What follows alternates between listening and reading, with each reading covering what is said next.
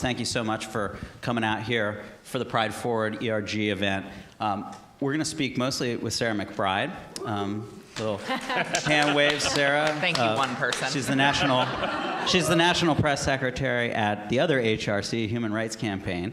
And she's going to share with us her thoughts on why words matter so much and why we as journalists have a huge responsibility in choosing the right words, the right language, the right posture towards all the various different issues affecting LGBTQIA+ communities, which, by the way, is all of us. And she's also going to talk a little bit about how workplaces can be more welcoming and better places to work for folks under those descriptions. Dave Harmon also joins us. He's our Chief People Officer. He's going to have a lot to say about how we here at this company are trying to change our ways and be more welcoming and create an atmosphere where we value inclusiveness and diversity in all its various different forms.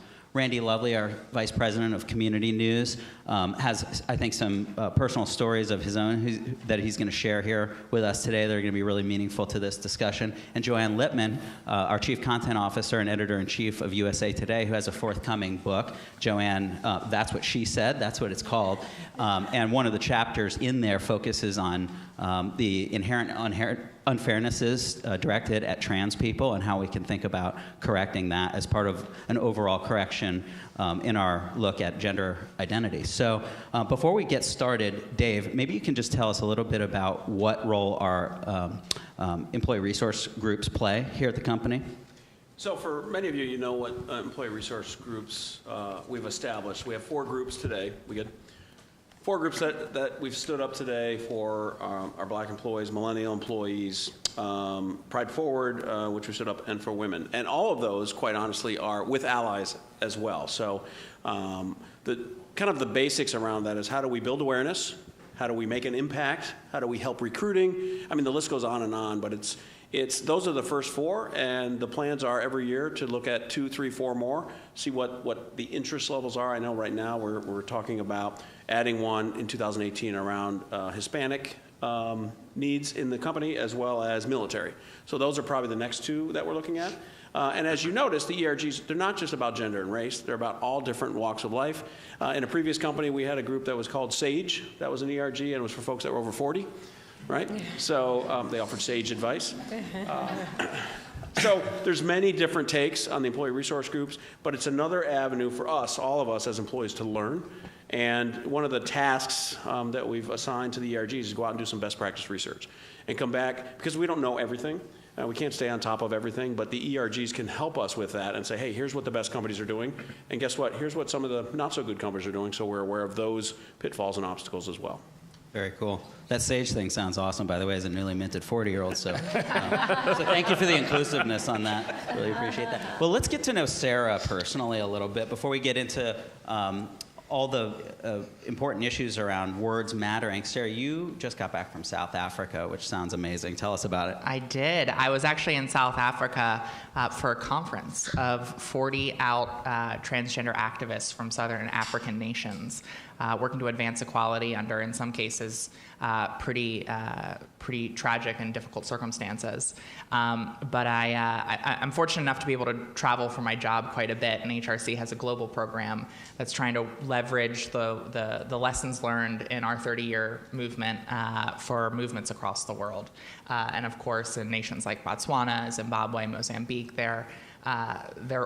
just being able to begin to organize legally for their rights and advocate for their rights. And so it was a humbling experience and certainly a poignant reminder of just how much work remains, obviously not just here in the United States, but around the world. Yeah, but it must be incredibly hard to be trans in sub-Saharan Africa, just as much as it has to be hard here. We're global cultural leaders. What role in the United States do we have to influence how other countries and other cultures look at these issues? That's a great question. And before I go too far, I do want to thank Pride Forward for hosting this event. I think this is a wonderful conversation. There are a number of different ways. One, over the 8 years of the Obama administration, we saw the U.S. State Department, our ambassador at the United Nations, and our ambassadors across the world leverage the soft power of the United States to advance human rights. And we obviously saw Secretary Clinton during the first term of the administration declare that human rights are gay rights and gay rights are human rights. And of course, she meant LGBTQ rights overall. And so the administration, the Obama administration, definitely tried to use the power of the government to crack down on human rights abuses in places like Russia and in a number of countries where we see LGBTQ identity still criminalized. But sort of as I was talking about, we have a lot of lessons here over our 30-year history that in some cases are applicable, in some cases aren't. And as with any sort of strategic conversation, it's always circumstance-based. But we can leverage the lessons learned to make sure that advocates around the world, in Africa and Asia and Europe and South America, don't sort of make the same mistakes we may have made, and certainly can maximize and capitalize on some of the successes that we've been able to achieve. And I think it's interesting. So as you were talking about Secretary Clinton, really that's the other HRC I was talking about when I said other. And when you said human rights are gay rights and gay rights are human rights, quoting her, even in that attempt to go in the direction that you would love to see the world go, those words weren't enough. And so that just kind of goes, in my mind, towards words matter. How do we're struggling with expansive enough language to be inclusive of everybody. And that, I think, was an unintentional mistake on her part. How do we get those right words when we're trying to say everybody in the human family? Right. Well, I think that's part of the challenge, is that it's difficult to find sort of a concise way to capture the full diversity of humanity. But it's certainly a reflection of the fact that words and our language evolve over time. And when Secretary Clinton said gay rights are human rights in 2000, and might have been 2010, 2011, that was sort of an accepted shorthand for LGBTQ, because later in the speech she specifically outlines LGBTQ. But since then, it's become less acceptable to just say human rights as or gay rights as a catch-all for LGBTQ rights. And I think it's just underscores for us that we have to be willing to evolve with language. That as we recognize and name diversity that was at one point unseen by our community, we respond to those changing circumstances. That might mean including identities in our language that we didn't previously include. That might mean adjusting the way we speak in intentional ways to make sure we're acknowledging, for instance, new pronouns that or newer pronouns that people are increasingly using or using in new ways. And I think that's what that lesson to me really underscores, that we all have to be willing to keep our minds open, evolve with changing circumstances, and recognize broader diversity whenever we're presented with any time we fall short. What are these new pronouns you speak of? So I think increasingly people are utilizing pronouns beyond the sort of binary pronouns of he, him, his, and she, her, hers. I use she, her, hers as a transgender woman.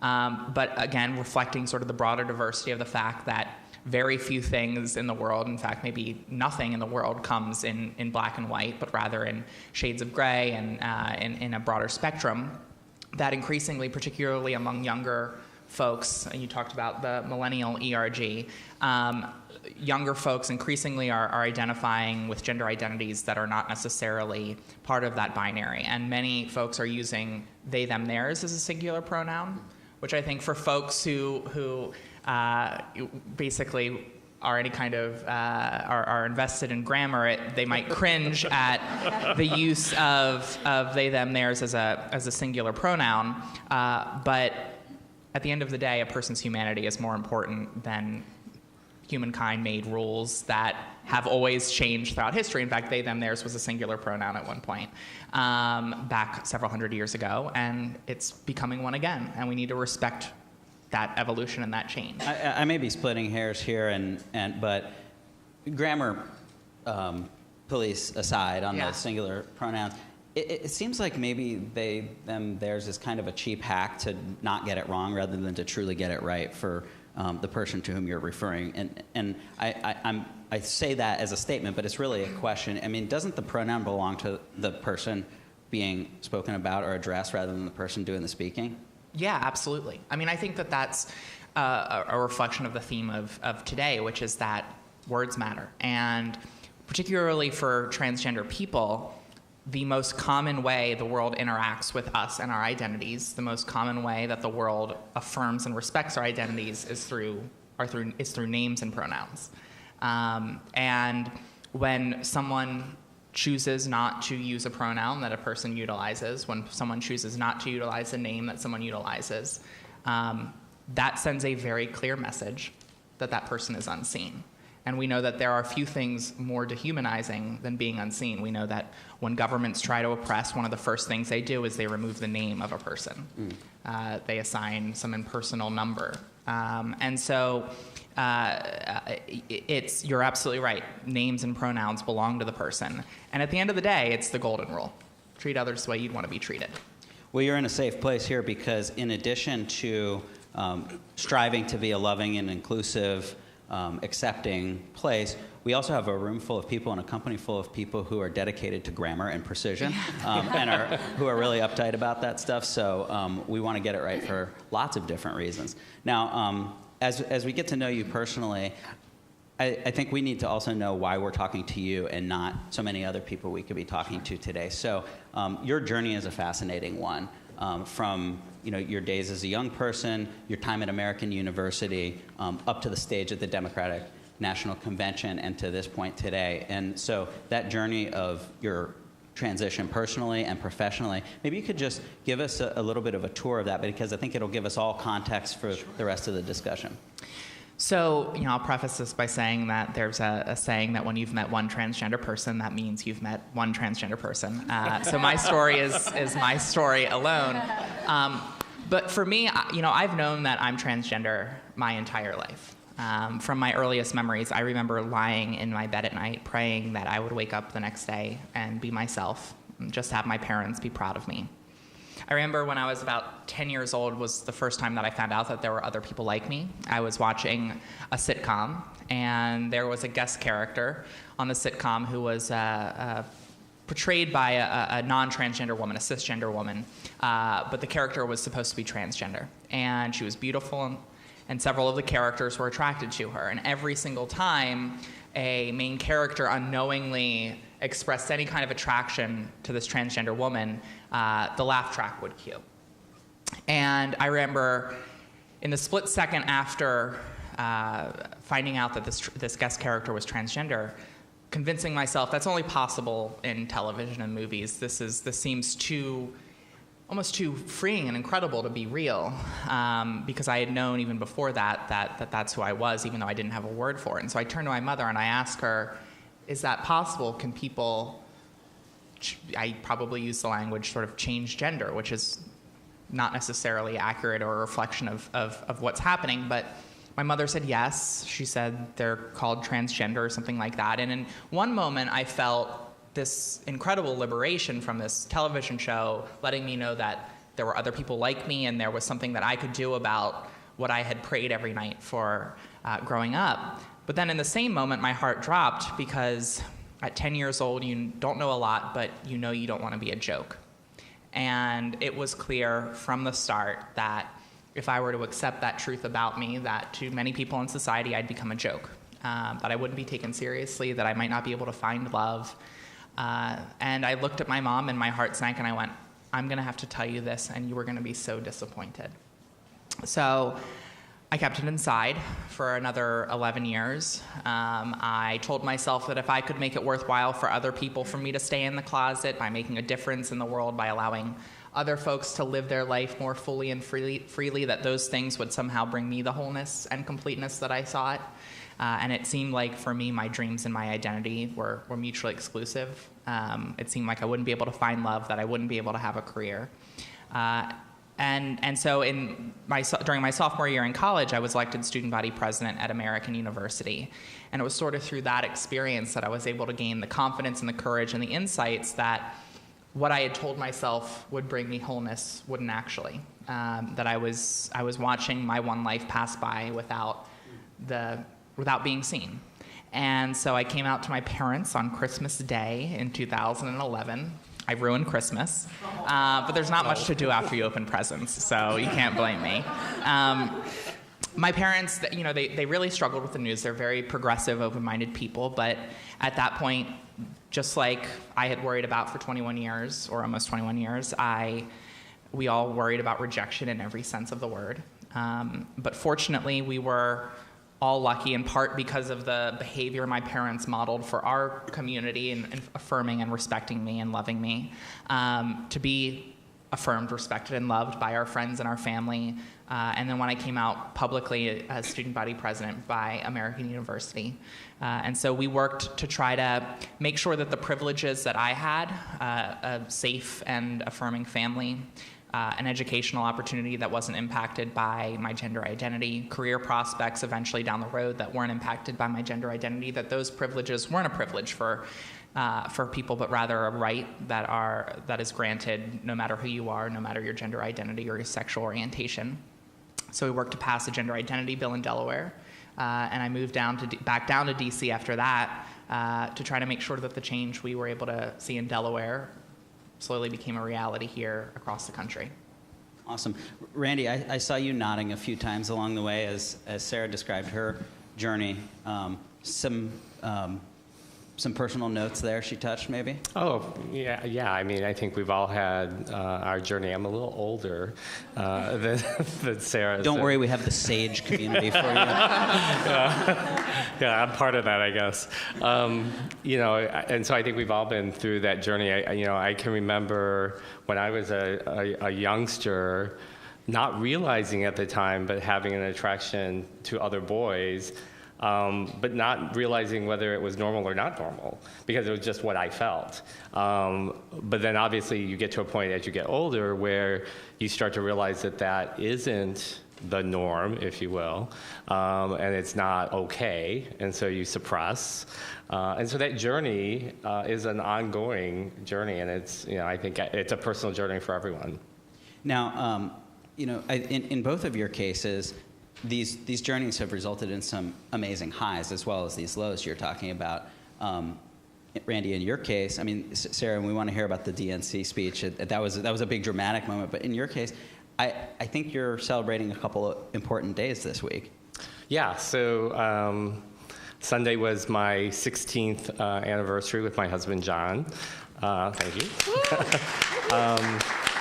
So to put that in a little context, so we had our first date on October 22nd, 2001. 10 years later, on October 22nd, 2011, we had a wedding ceremony, but we were living in Arizona at the time, and obviously it was a celebration with our friends and family, but there was no legal connection to that. 3 years later, in 2014, the Ninth Circuit overruled or overturned gay marriage bans in that part of the country. And then 2 weeks later, I think it was, the Arizona Attorney General decided that he would not contest the Ninth Circuit ruling. So all of this was obviously before the Supreme Court ruling. So on October 17th, a Republican Attorney General in Arizona decided not to fight the Ninth Circuit ruling. And so we had 5 days, because October 22nd meant a lot to us at that point, to plan a legal ceremony. And so we officially got married on October 22nd. So. Well, that's amazing. And so we only have to remember one date, unlike a lot of. No, that's actually like a huge secret to success. Yeah. And by the way, like anyone who's gone through planning of a wedding would probably love to have a 5-day window to have to worry about it in the end, right? So now, Joanne, in your book, you've been doing some original reporting here. And in February, we'll be able to read the book unless you give us a sneak preview, like maybe you will today. The gender gap, the wage gap, is more than that, and there's a kind of a respect gap that you talk about. And I wonder if you could relate that to trans people and people across the LGBTQIA+ spectrum. Yeah, absolutely, absolutely. So the book, which comes out in February, actually is about closing the gender gap. It's called That's What She Said, What Men Need to Know and Women Need to Tell Them About Working Together. And one of the chapters actually is on the respect gap. And for my research for that chapter, I spent a lot of time speaking with transgender women women and transgender men, they've experienced both sides. And so what was so fascinating to me, I will just relate one anecdote. Two scientists, two renowned scientists. There's a scientist by the name of Ben Barres at Stanford and a scientist by the name of Joan Roughgarden. And Ben Barres is a transgender male scientist, top of his field, who transitioned well into his career. So he was probably middle-aged by the time he transitioned.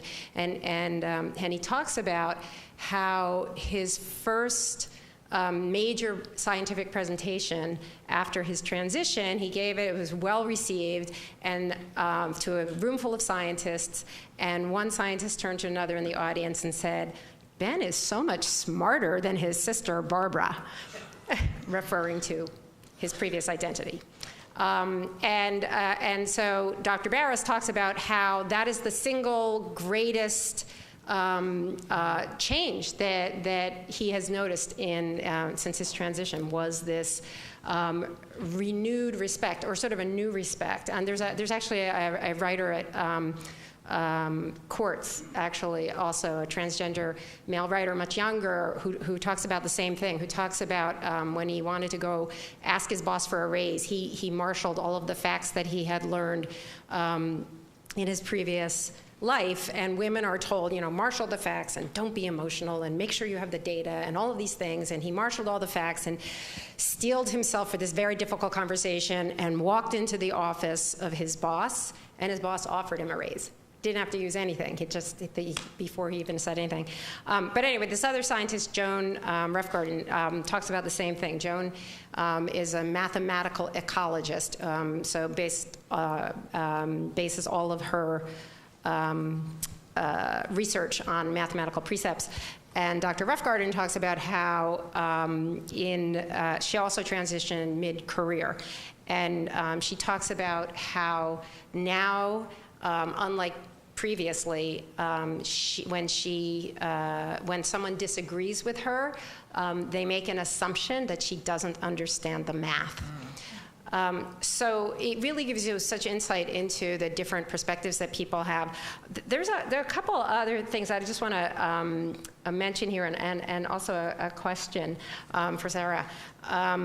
But one is, I have to say, I'm really, really proud of the work that we're doing at USA Today. We have, I think that in terms of our work on diversity, in terms of our reporting on diversity, we've made it a priority. I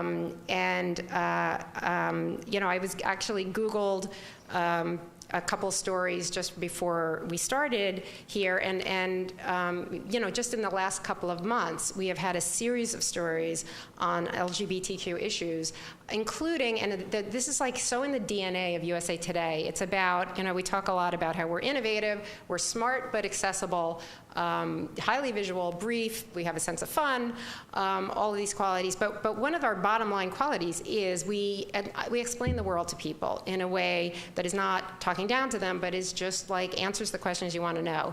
And just in the last couple of months, we've had stories, in addition to news events, we've had pieces on, what to do, how to handle it if your child comes out to you, what are some, ways to respond. We've had pieces on LGBTQ, a glossary of terminology.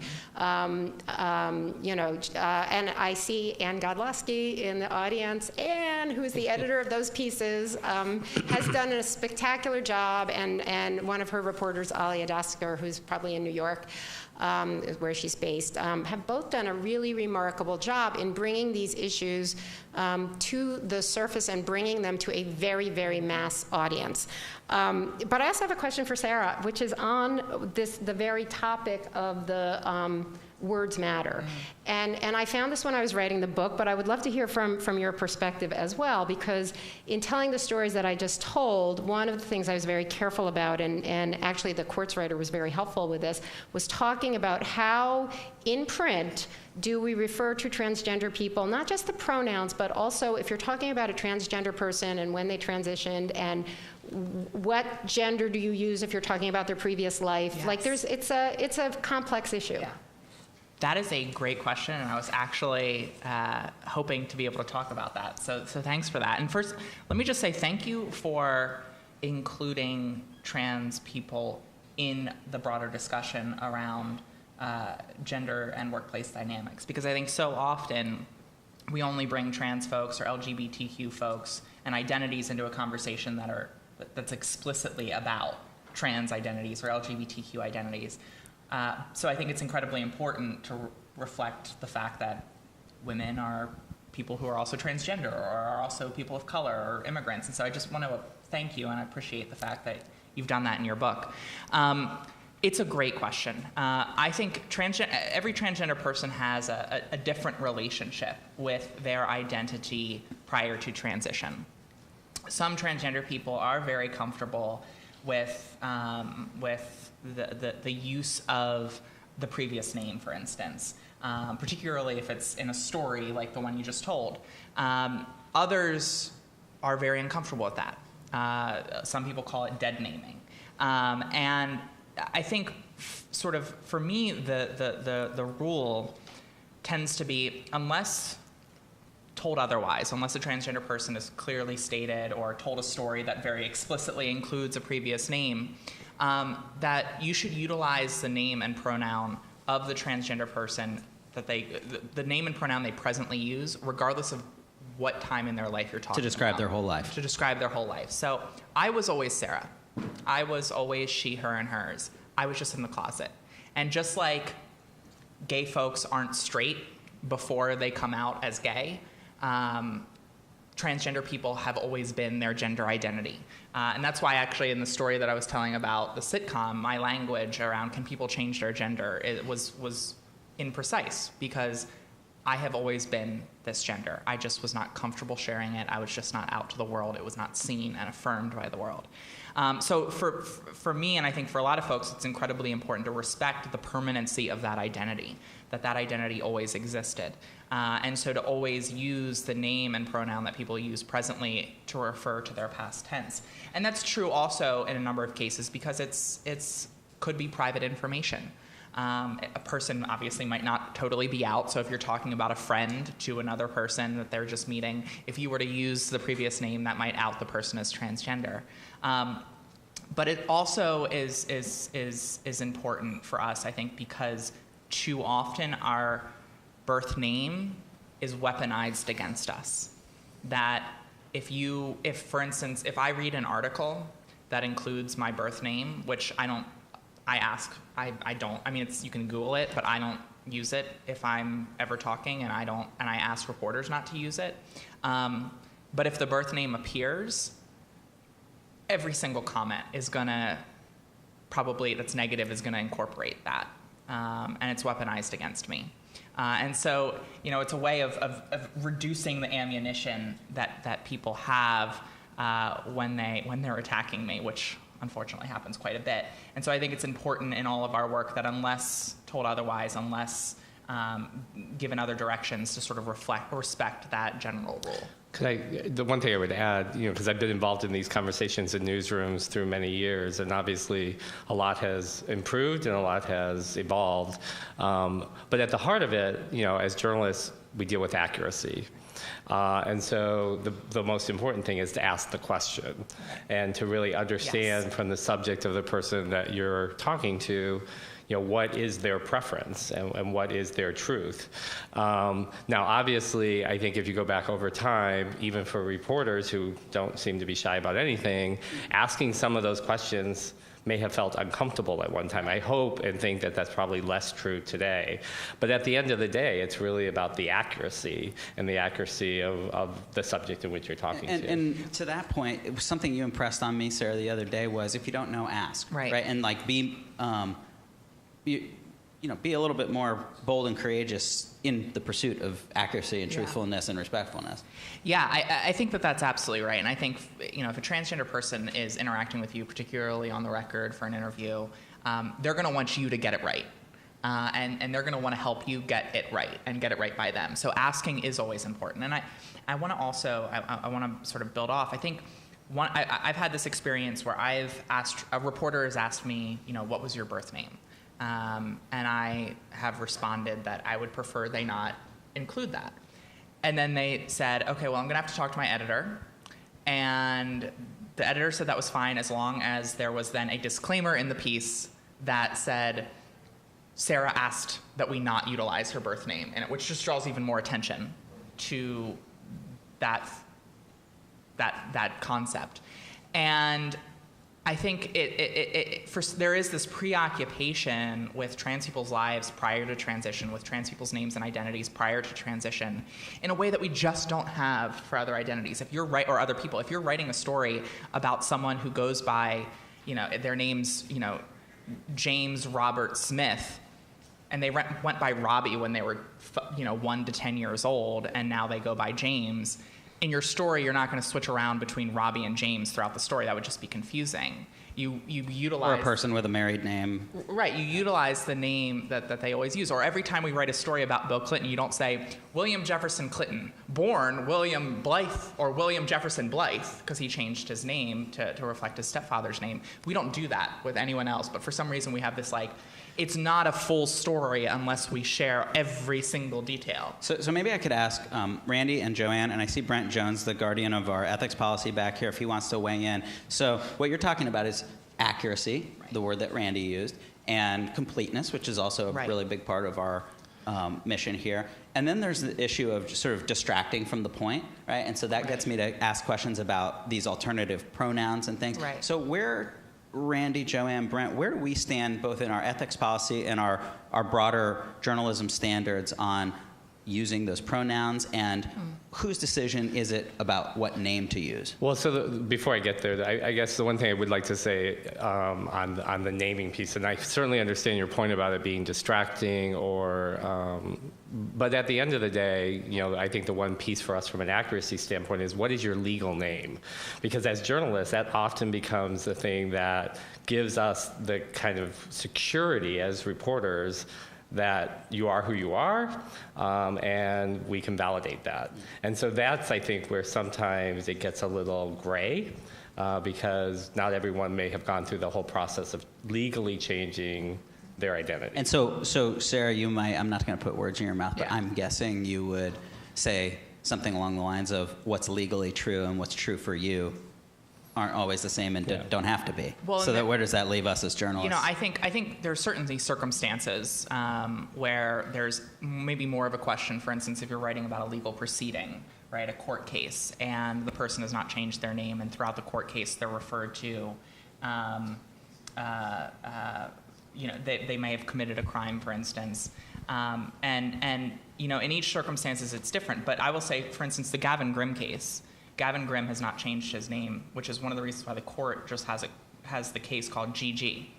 I still think, Gavin is Gavin, and the legal name that Gavin has isn't Gavin's not sort of lying about his identity. I'm not saying that you're saying it, but Gavin is being truthful and accurate in his identity as Gavin, so referring to Gavin as Gavin is an accurate statement.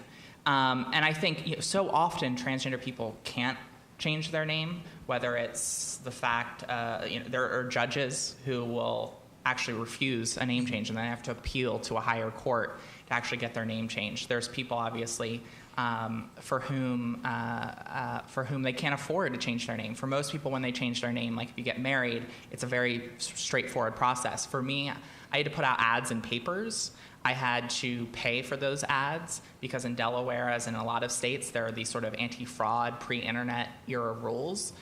So a lot of people don't have the resources to change their names. What about the safety issue? You can't afford to come out or change your name because you fear of violence or some retribution. Right. In that case, the chances are that they're likely not participating in a story. That's certainly a consideration for some.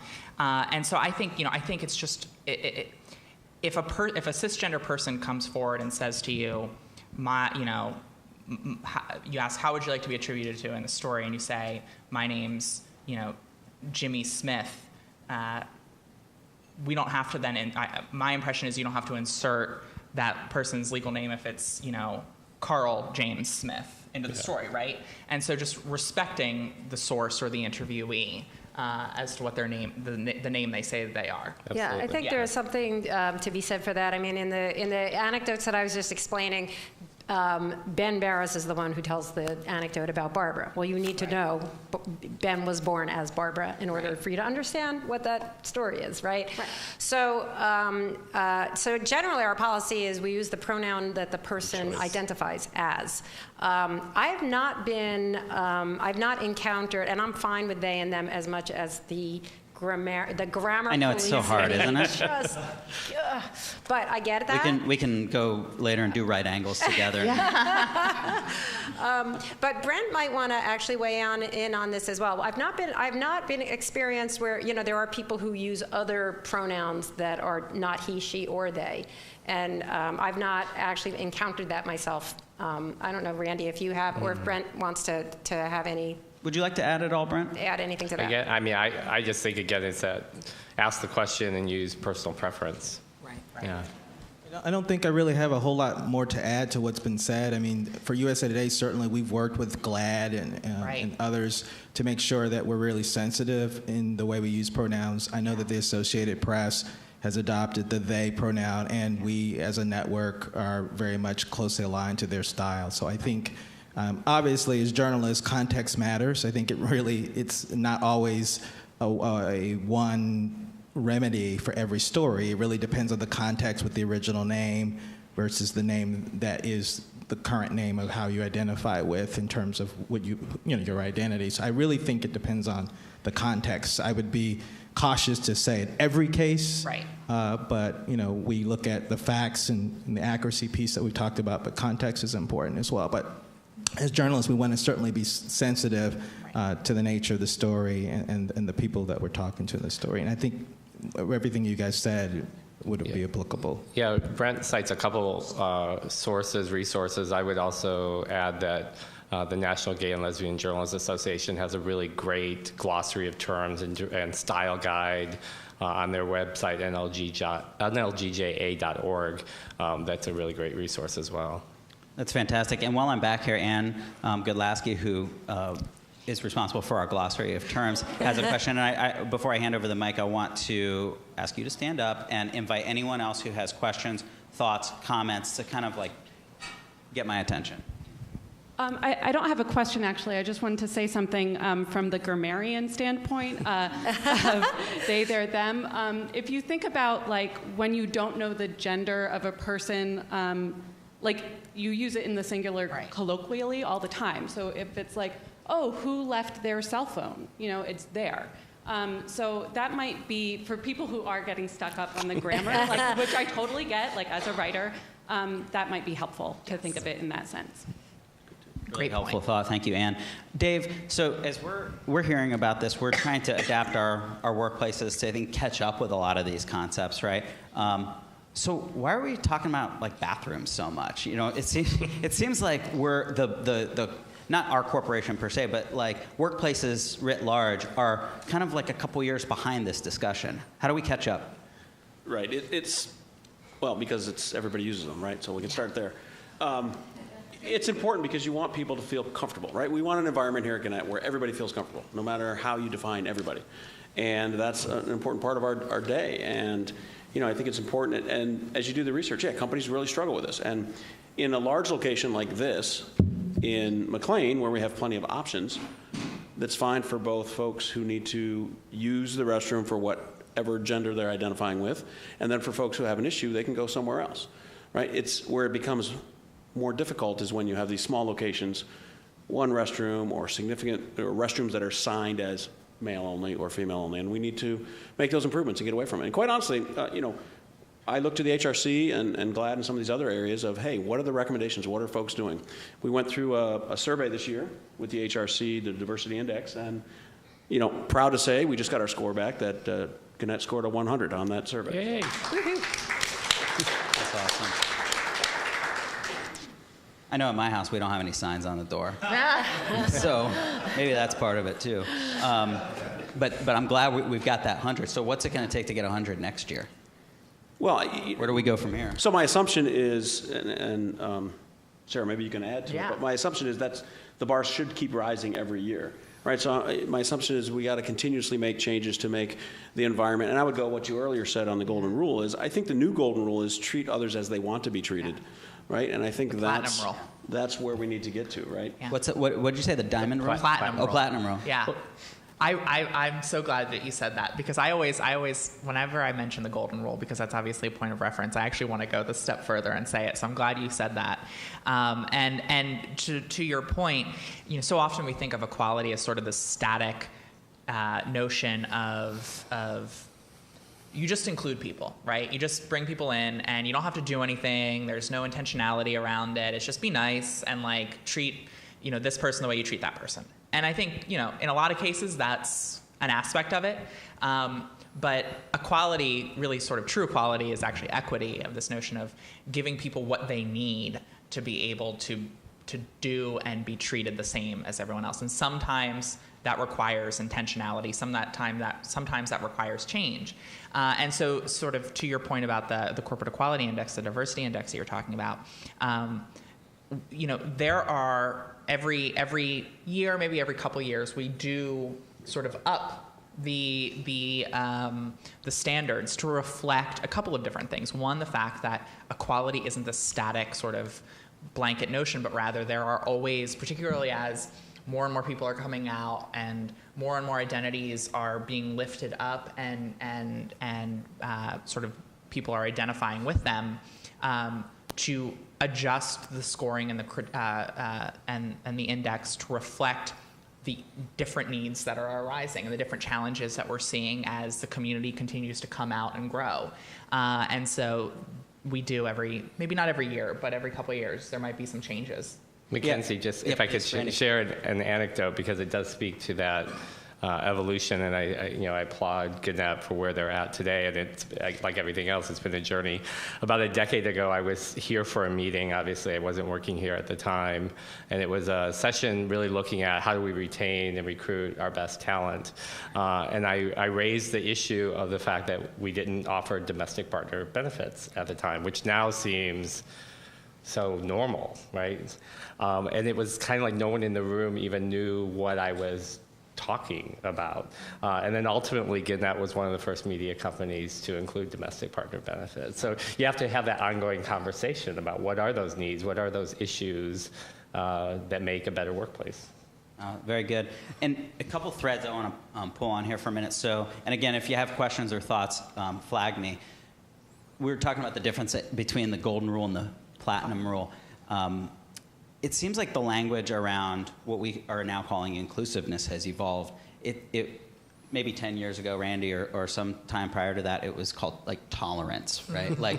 Okay, fine, we'll just let you be you, but it's a different question whether we're happy about it or whatever. And then it became diversity, and now inclusiveness, I think, is a more contemporary word. Is there a better word yet than that? I hope. Yeah, I mean, I think inclusiveness is part of it. I think sort of reframing our notions around equality in terms of equity. I love there's this cartoon that I'm sure so many of you have seen on social media of, I think, 3 people at a baseball game or a sporting event, and there's a fence in front of them that's blocking their view. And the top one is, there are 3 different heights, right? And the top one is, the top visual is showing them all looking at the fence, right? None of them can see the game. Then the next one is they all get one box to stand on. And they're all lifted up a little bit, but still only one person can see above the fence. And then sort of this notion of true equity is everyone getting according to what they need. So the tallest person gets the 1 box, the person of middle height gets 2 boxes, and the person who's the shortest gets 3 boxes. And now they're all the same height, and they can all see over the fence. And this notion of, everyone's just getting what everyone else gets, right? Nothing, this flatness, the flat ground was sort of our initial notion of tolerance, maybe. And then we get to this notion of equality, and that's maybe 1 box across. And then when we get to this true notion of equity, it's the box that the person needs to actually see the game. Yeah, very good. Okay, now, seeing no hands up for questions, I want to ask you about a few people you've come across here. 3 people in particular who, they help illustrate some of the points that we've been examining here. Lulu, tell us about Lulu. Sure. So, I think one of the really incredible things right now, we're in a, I think, political environment that allows us to feel maybe like we're lost as a country, or causes us to feel like we're maybe lost as a country, and that we sort of lose track of how far we've come. And one of the great things about my job is I get to meet these young transgender people across the country. And they're sometimes 6, 7, 9 years old, but they're living their truth. And Lulu was a young person who I got an email from her mother the day after the convention.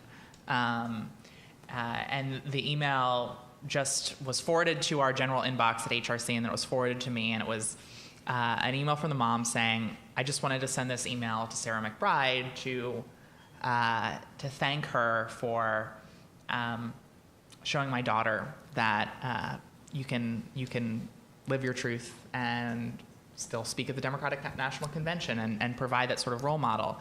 And then she included a little picture of Lulu, her 7-year-old transgender or 6-year-old transgender daughter with wavy red hair in their family living room looking up at the television, and I'm on CNN. And so I invited Lulu and her mom to get coffee with us at HRC, and we went out, and Lulu, like a little reporter, had a couple questions on a crumpled up piece of paper that she flattened out, and she sat up in her chair and she asked me these questions. And her first question was so filled with pride that it would not have made sense to my shame-filled 6, 7, 8-year-old self.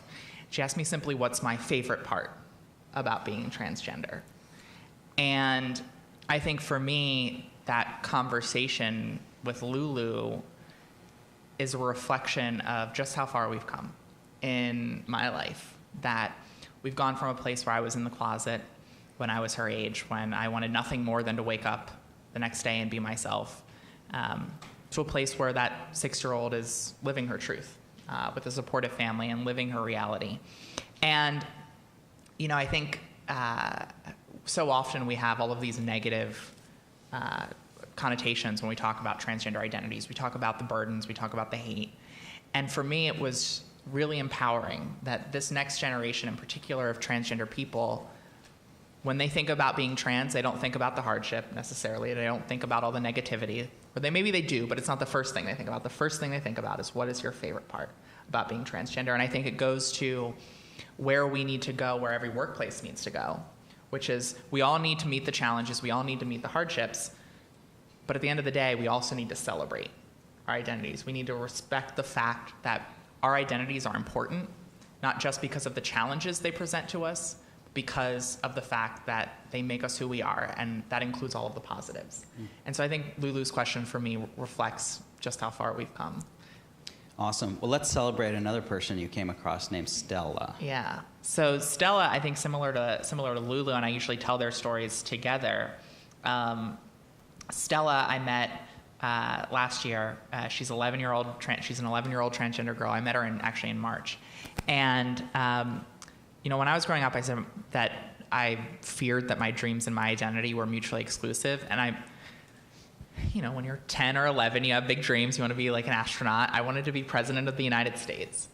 And you go. Yeah, not anymore. I mean, who wants that job? You have no privacy. You can't leave the building. But when I was 11, I wanted to be president. And I went to a Montessori school. I loved FDR. I loved movie making. Making movies was sort of my escape. And I met Stella, and she was having juice and I was having coffee, and I asked her about her life, and I found out that she goes to a Montessori school. And then I found out that she loves to make movies. And then I found out that her favorite president, she loves history, and her favorite president is FDR. And then I asked her what she wants to be when she grows up. And she declared without any hesitation that she will be the first transgender president. And, it was really powerful for me because I was sitting face to face with myself, the 11-year-old version of myself who was identical to me in every single way except for one. she was living her truth. And she was dreaming big dreams all at the same time. And I think for me, that's what this fight is about, and that's what is so powerful about every single movement for civil and human rights throughout our nation's history. Because time and time again, we have transformed what once seemed impossible, not only into possibility, but into reality. And what once seemed impossible to me, that we could live our truth and dream big dreams all at the same time, is now very real to kids like Stella. And that kind of change isn't going to combat discrimination. It's not going to stop violence. But the mere fact that kids like Lulu and Stella exist today demonstrate how far we've come. They demonstrate that we have transformed impossibility into reality. And they demonstrate that we can continue to do that. So I carried Stella and Lulu with me everywhere I go. I mean, they are my inspiration. They are my hope. And I just wrote a book as well. It's coming out in March of 2018, so a little bit after yours. So fortunately, and it's called "Tomorrow Will Be Different: Love, Loss, and the Fight for Trans Equality." It includes a foreword by Joe Biden, which is very exciting. And one of the things, like, I wrote this book, and I was like, how can I end with any kind of hope? Like, there's so many challenges right now. People feel particularly hopeless. So the final chapter, I talk about these young transgender kids that I've met across the country, and open and close with Lulu and Stella. Wow, that's those stories take my breath away. Thank you for sharing those. On the emotional roller coaster here, tell us about Andy and what role Andy played in your life. So, to continue with the theme of what seemed impossible to me growing up being real, when I was, that first sitcom demonstrated to me that loving a transgender person was laughable. And I was fortunate enough to find love. I found love with a transgender man. So I come to this fight not just as someone who is transgender, but also someone who's loved someone who's transgender. I met Andy fighting for equality, and we fell in love. He was an advocate at the Center for American Progress, working to expand healthcare access to LGBTQ people, particularly trans folks. And after we started dating, Andy was diagnosed with cancer. He went through radiation, chemo, and surgery. He got a clean bill of health. And then a couple months later, he got the news that every patient fears. His cancer was back, it had spread, and for him, it was terminal. So when Andy found out that he didn't have much time left, he asked me to marry him. And of course, the answer was yes. We asked our friend Bishop Gene Robinson, who was the first openly gay bishop in all of major sort of denominations of Christendom in the world, to preside. And he, along with a couple friends, organized a wedding for us in 5 days, which was a beautiful, beautiful wedding. We married on the rooftop of our building in August of 2014. And then 4 days later, he passed away from cancer. And, knowing and loving Andy left me profoundly changed. He taught me how to love and be loved. He taught me how to live the values I fight for at work in my own life. But more than anything else, my relationship with Andy underscored for me that every day matters. That every day matters when it comes to building a world where every person can live their life to the fullest. Andy came out in college. He was supposed to have 3/4 of his life as his authentic self. But because of circumstances outside of his control, he had less than 1/4. And some people have even less time than that. And so for me, it sort of lit a fire under me and underscored what Dr. King called the fierce urgency of now, that every single day we wake up and we have a choice. We have a choice as to whether we will be silent in the face of prejudice or persecution, or whether we'll speak out, whether we'll fight back, and whether we'll bend that arc of the moral universe just a little bit more towards justice. And that every day we ask a transgender person or a gay person or a person of color or an immigrant or a Muslim to sit back and allow a slow conversation to take place before we're willing to give them the equal protection of the laws that they deserve and to be treated with respect by society, we are asking a person to watch their one life pass by without the dignity and fairness that we all deserve, and that is too much to ask of anyone. And so for me, it profoundly changed the way I approach advocacy, the way I approach my work, and it demonstrated to me that change cannot come fast enough. Wow. Anybody else need a minute after that? Yeah. That's amazing. I need a minute. Randy, we covered a really important marriage in Cincinnati that happened, I think, on a helicopter on the way to Maryland, and it led to, I think it was the Supreme Court case that we're talking about. In that moment, we have a journalist, Carrie Cochran, who's an incredible videographer in Cincinnati, who, if you have 15 minutes left in your life, watch this video. In my mind, it showcased the role that journalists can play in helping understand some of these issues. What did you take from that? Well, I mean, I think the reality is those stories are available to be told all across our country. And I think, one of the great opportunities we have because of the USA Today network is that we can tap into the norms of life that exist across the country. We have news organizations in some of the most conservative parts of the country, but that doesn't mean that that is a singular reality within those communities. I came here from Phoenix, and one of the most popular stories that we did in Phoenix was of a gay couple that adopted 15 children. And so the definition of marriage, the definition of love is much broader than any one person can define. I think it's great when we can unearth those stories, reveal those stories, and just help shed light and broaden, hopefully, people's perspectives. Thank you for giving me a minute there. That's good. I know there's questions and thoughts in the room here. Kevin, I want to ask you about what does the word ally mean to you?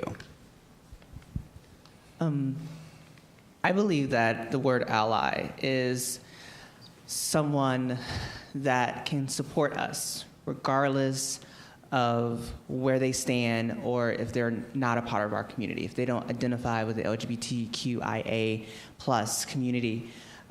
They just can support us. They can see an injustice happen and run towards it to fight against it.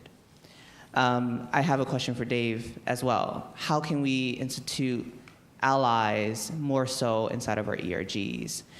We were just having a strategic planning type of idea for our ERG about us emailing out a ally poster that people can print out and post on their desk. And I think hopefully everyone in this room will be willing to do that. So how can we continue to do that? So Kevin and I had this conversation. We started this conversation the other day. I think it's a great question. And we talk about, we have 20,000 folks roughly at Gannett and 400-500 total in the ERG. So we're just barely sticking our finger in the water. And I think it's important for all of the ERGs to truly be successful. The companies that truly have successful ERGs, the makeup of the ERGs is probably 50-50. Right? And we need to get to that point. And that's where I think you start to see the culture really take on a different life form. And so I don't have the answer per se to that question, Kevin, but I think we need to do research and find out what have other companies done that have helped them get there, right? Because there are some companies that have very, very healthy ERGs, and what have they learned along the way, and hopefully we can avoid some of those missteps and then cheat and use some of the things that work for them and put those in place. Well, this is a question for the whole panel. If you want to be someone's ally, what's the first step to doing that right? I would say listening. I think so often when we're talking about allyship, so often when we find ourselves being allies, we are very proud of that title, and we sort of own it. And sometimes we shield ourselves from any kind of constructive feedback. And so I think one of the most important things, I think it's actually a prerequisite to be a true ally for any community, is to be able to listen, to acknowledge that you will make mistakes, right? Your intentions might be pure, which are great, but you may make mistakes. I make mistakes as a white person. I make mistakes as an able-bodied person. I make mistakes as a person who comes from a family with a lot of economic security. And so it's important for me as an ally, or as someone who hopes to be an ally or an accomplice to all of those communities, to recognize that I will make mistakes. And all of us must approach one another recognizing that fact, we recognize that that's going to happen, but that when we do make mistakes, we're willing to learn, we're willing to change our behavior, and we're willing to grow. That we don't get defensive, that we keep that sort of open mind. My dad likes to say that if everyone demonstrates just a little bit of courage, then no one needs to be a hero. And I think that, for me, sums up why we need allies, why we need you to stand up, whether you're a cisgender gay person on behalf of transgender people, whether you're a straight transgender person on behalf of gay, lesbian, bisexual, and queer folks. Because if all of us speak out, if all of us stand up when we hear that joke, when we hear that comment, when we see a little injustice occurring, then we'll not just create a little bit more space for a person to live their whole self, but we could be potentially saving lives. Because at the end of the day, we know that this discrimination, that these injustices, that the culmination of a lifetime of microaggressions, they don't just keep an employee from being able to provide their full services and skills to the place they work. They're not just keeping a person from pursuing happiness, but in some cases, they can have oftentimes tragic and deadly consequences, particularly when you meet multiple intersecting prejudices into one, when transphobia meets homophobia, which meets misogyny, which meets racism. And so if everyone just has a little bit of courage, no one needs to be a hero. But in the end, that little bit of courage makes you a hero because you will help save lives. Just to pick up, actually, on something Sarah was saying. So, and also what you were saying about diversity and inclusion and how that has changed and expanded. Sarah referenced, being a white person, being an able-bodied person. I think the definition, certainly when I started out and they first started talking about what diversity meant, it meant women, and then it meant ethnic minorities. It meant racial minorities, and it has now expanded. And what's really been eye-opening, even in the time that I've been here, I was having this conversation very early when I got here, and I don't know if Holly Moore is in the room, but we were having a conversation with a number of the reporters and editors in the room.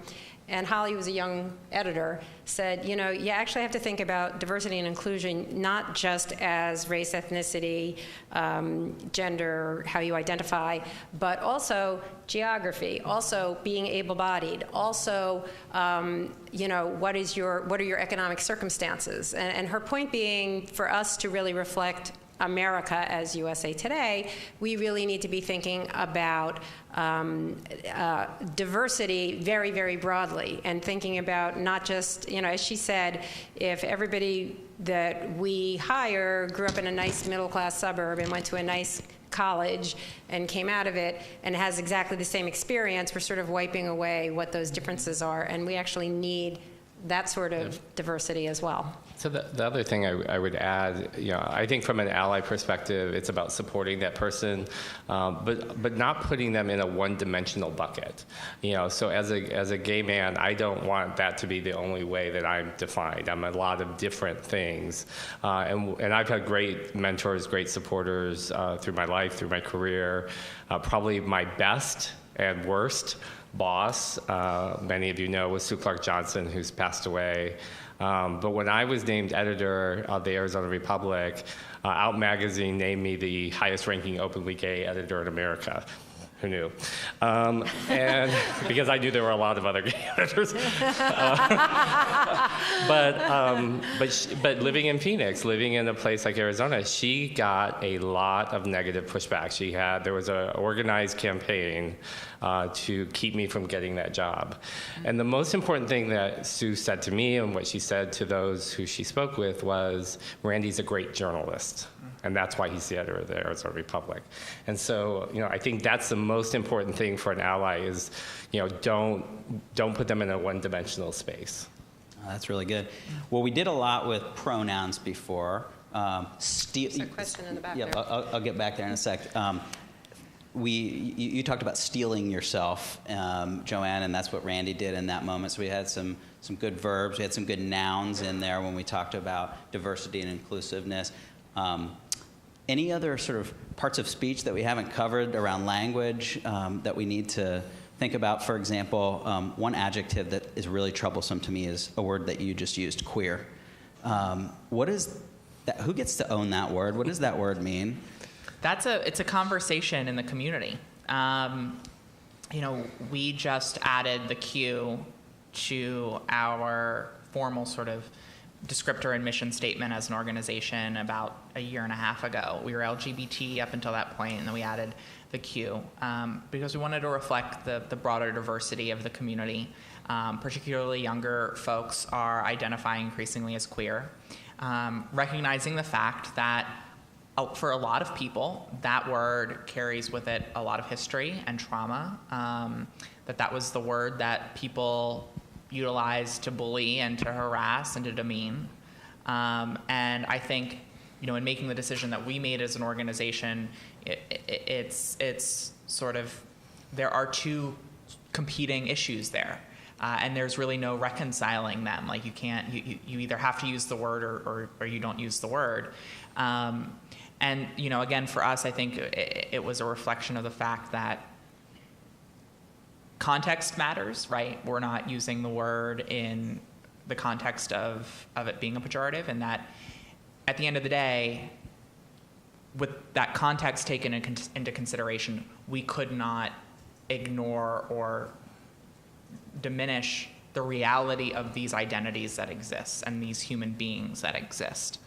And so we utilized and adopted the term queer to be included in our mission and our work. And that's a conversation that continues to happen in the community.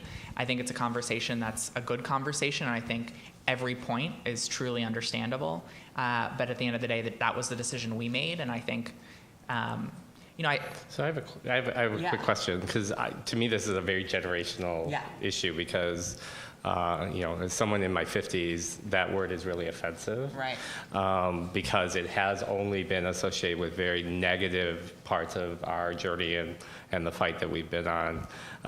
And so I really look at it as a term that I would say is truly only self-identifying. Yes. And that it's almost the equivalent, maybe in some regard, of the N-word, and the fact that you can't use that word unless you self-identify that way. I think I think that's right, and I think generally speaking, for particularly folks who are allies, I would refrain from sort of casually throwing around that word. I would utilize it. I mean, if you're talking about the LGBTQ community, and again, context matters. Like if it's clear that it's in a context where you're trying to represent and reflect and acknowledge the full diversity of the community, where an individual you're talking about, I identify as a queer transgender woman, that you're respecting that identity. But yes, I think, But I would never call you that.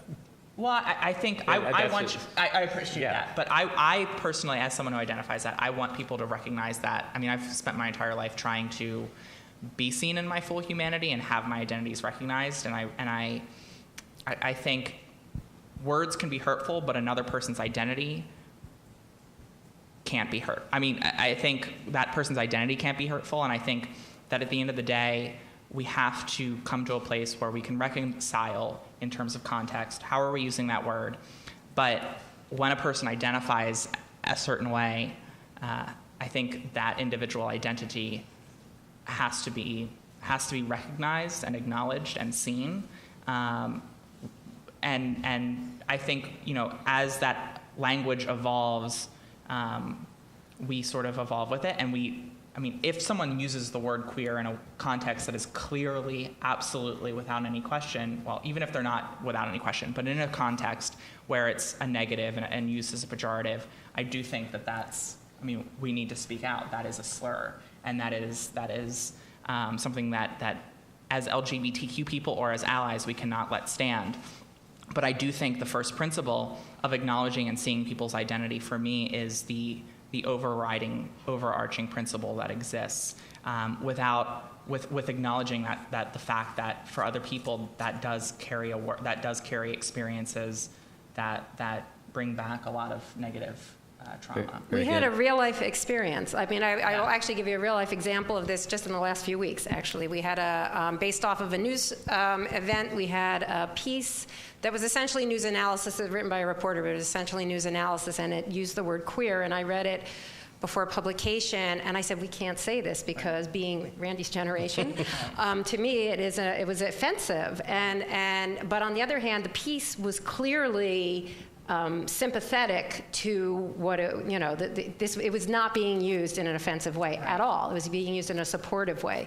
And so I actually brought the piece to Brent Jones, who are Standards and Practices, to actually have Brent weigh in on it. And Brent weighed in on it, and it's an analysis. It's got opinion is being used in a way that is in a positive connotation, and so we let it stand. But I understand. I had the same reaction Randy has. Right. Yeah. I if I see a piece of paper, and even as someone who identifies as T and Q, that if I see a piece of paper and I see that queer is in it, there's a part of me that goes. It makes you pause. I go, is this going to be? What is this piece going to say? Like, is this going to be positive or negative? Well, in a news story, we'll use the word "gay" as a totally non, just as a word, right? There's no judgment. There's no judgment in the word "gay," but there still is judgment with the word "queer." So we were very careful to label that piece so that people could not misconstrue the meaning of the word. Yeah. We could talk about that one forever, I think. That was we're very running low thoughtful on time, but Jim back here has a question. I was at a panel of science fiction writers this summer, and on the particular topic of that they were discussing, which was reproduction, a very interesting question came up of what do people write into stories now about the future that people in the actual future will find strange that they assumed that something was a certain way, or that. So what, based on the difference between your experience and what you see in the next generation, what do you think a generation from now people will find it bizarre that we considered it ordinary or we actually cared about it? That's a great question. It reminds me, and I was thinking about this because, when you're looking at old coverage in general, right? When I'm looking at coverage of gay identities from 30 years ago and the term homosexual is used throughout, I'm like, oh, that's not how we talk about it today, and you'd sort of notice it.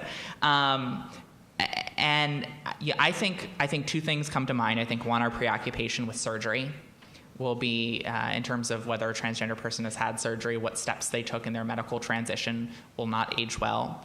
And I think the use of out of context when people aren't using it themselves in stories, the preoccupation with utilizing a birth name, I think will not age well in history. And so I think that's actually, I just so appreciate the framing of that question, because I think some of the best experiences I've had with journalists have recognized that when you're writing about transgender identities, it's a human interest story. It's not a political story, right? These are human, even if it's in the political context, these are human beings. There are not two sides to a person's humanity. And if we are looking at old coverage of the civil rights movement, if we were to read coverage that paints these two sides as sort of two sides of the same coin, equally valid positions, we would look at that and we'd go, how racist was that coverage, right? And so I think it presents that framework for how we write about trans identities.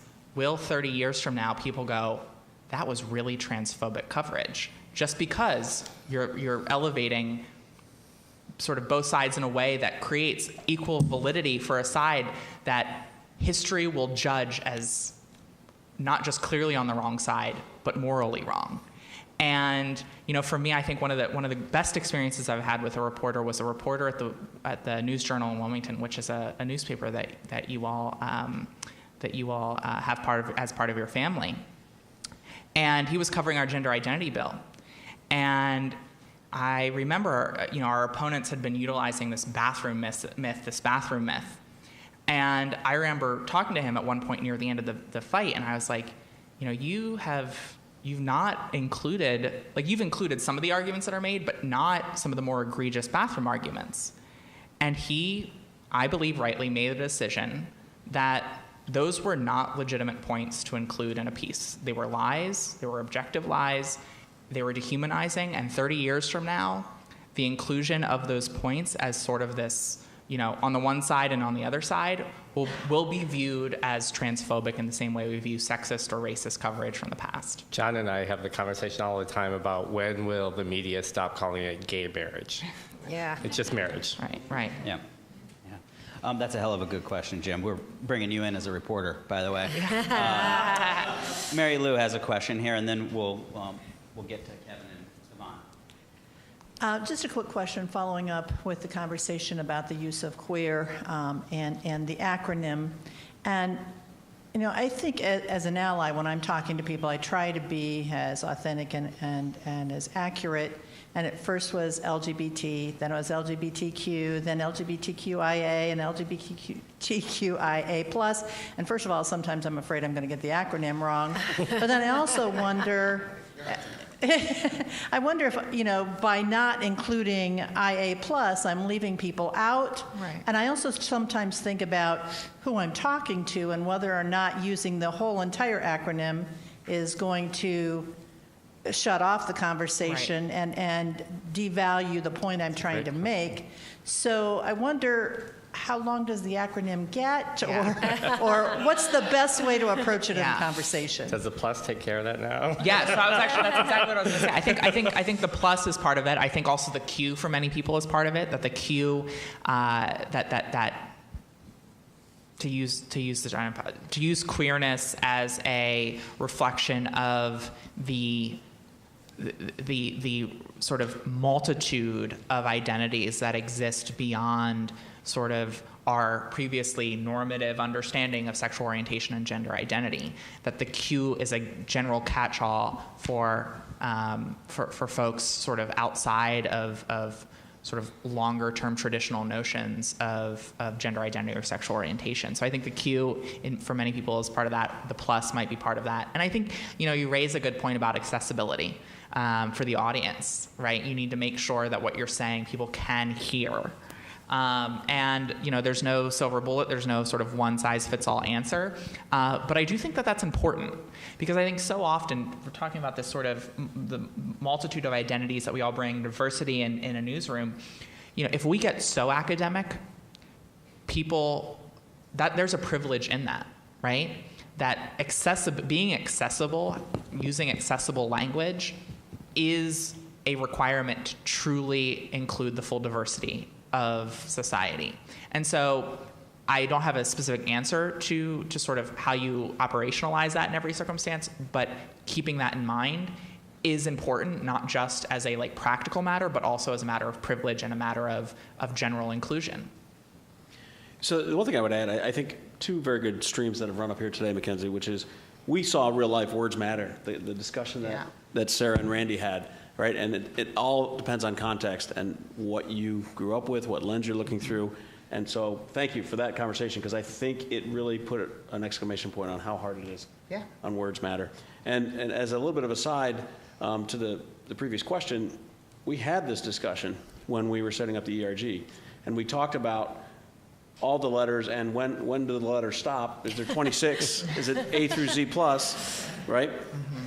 And how do we market that? And because all these things come together, and that's why we ultimately chose Pride Forward as the name, because originally it was LGBTQIA plus, and you don't know when it's going to stop. And at some point you're like, we have to have easy conversation about this too. So there's that balance, and it's what's the context. So in most contexts, Pride Forward works, but in some contexts you may need to spell the letters out. Right. And I think all of this discussion today really drives home the point that Joanne made, Randy made, and you made.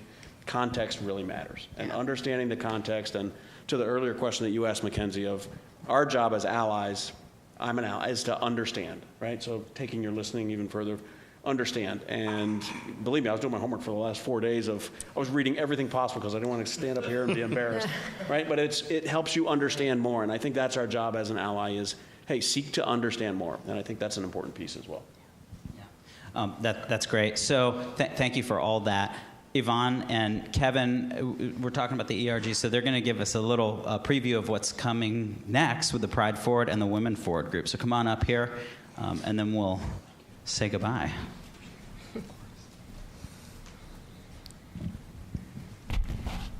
Good afternoon. Thank you so much. This panel was so informative, and I'm going to leave here today, with some great information and understanding how important these words are. So I just want to give it up to the panel discussion one more time.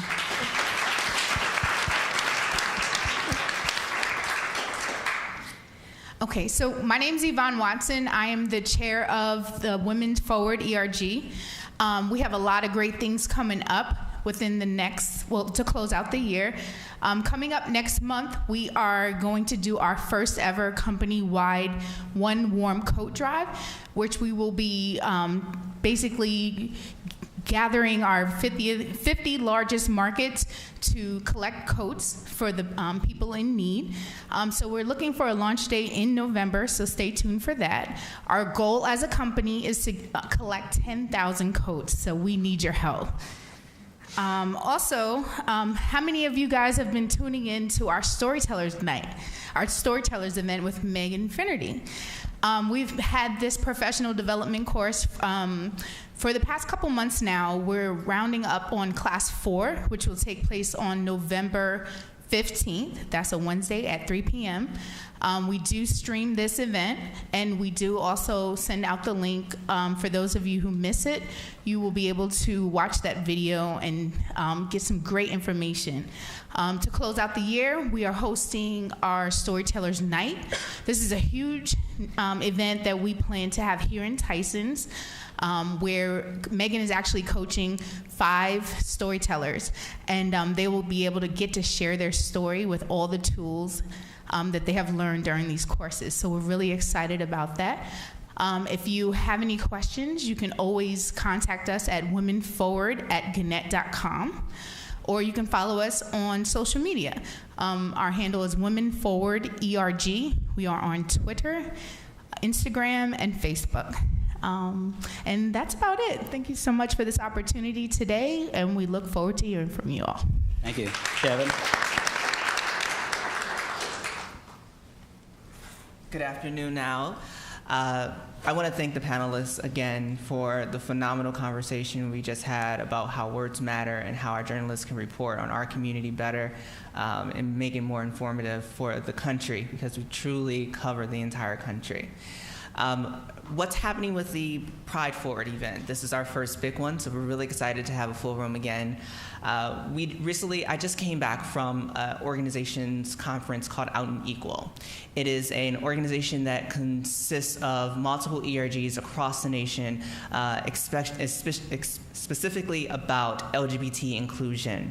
And every single session they had before they started, they asked for the allies to stand up and to give them a round of applause, because without them, there would be no ERG inclusion in the boardrooms across this nation in major corporations. So I really appreciate all the allies that are here today, as well as watching this as well. I also wanted to say that I wanted to give a great thank you to Sarah McBride for everything that she said today, everything that she has been absolutely amazing. And so moving forward, we will be having a couple more meetings with our leadership team, overall Go Forward initiative, to map out an entire diversity and inclusion strategy with the help of Dave Harmon and the entire HR department and Go Forward team. But as a token of appreciation for Sarah McBride, we have a gift for you. A subscription? I've already subscribed. Thank you. Fancy. So because of the rainbow, we all love color, so we all know what that color means. So thank you again, but I'm going to give it off to Mackenzie. If you want to join us, please email us at prideforward@gannett.com. Rory, thank you for all you have done. Thank you, Michael, for everything you have done. Thank you, Colleen, for everything you have done as well. And thank you all for being here. That's great. Thank you, Kevin. And thank you to everybody working on the ERGs. We're a stronger and better company with these organizations. And thank you all for being advocates and allies. Just the fact that you're in the room means you are one. So really appreciate you, Dave, Randy, Joanne, and most of all, Sarah for joining us. Thank you so much. Thank you for moderating. All right. I hope you'll stick around for a few minutes if people have questions.